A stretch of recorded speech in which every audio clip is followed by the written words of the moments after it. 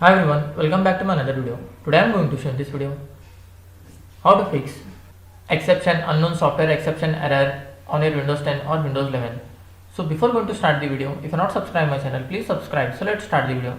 Guys, if you are seeing the error, the unknown software exception error, and the error code is 0xe0000008 on your Windows 10 or Windows 11, then I will show you simple method how to fix this issue.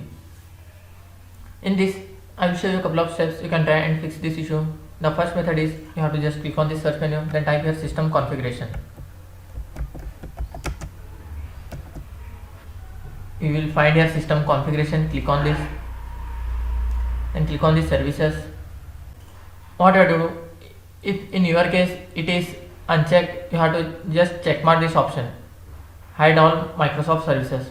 After checking this, just click on apply, then click OK.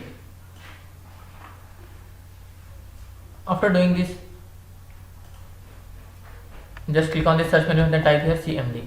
Right click on this command prompt, then click on run as administrator. Here you need to type sfc /scan now.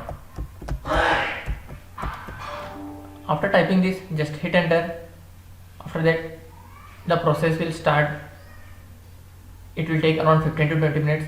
You have to restart your laptop or desktop. After restarting, hope your issue will be resolved. After doing this, still you are facing the issue. So what you have to do, you have to just replace your cable, USB cable which you are connecting. Suppose if you are connecting your printer USB cable, you have to just change that USB cable, because due to some bad quality cable you can see this type of error. That's it guys. So in this way you can fix the unknown software exception error on your Windows 10 or Windows 11. Thanks for watching. Hope if you like this video, please like, share and don't forget to subscribe.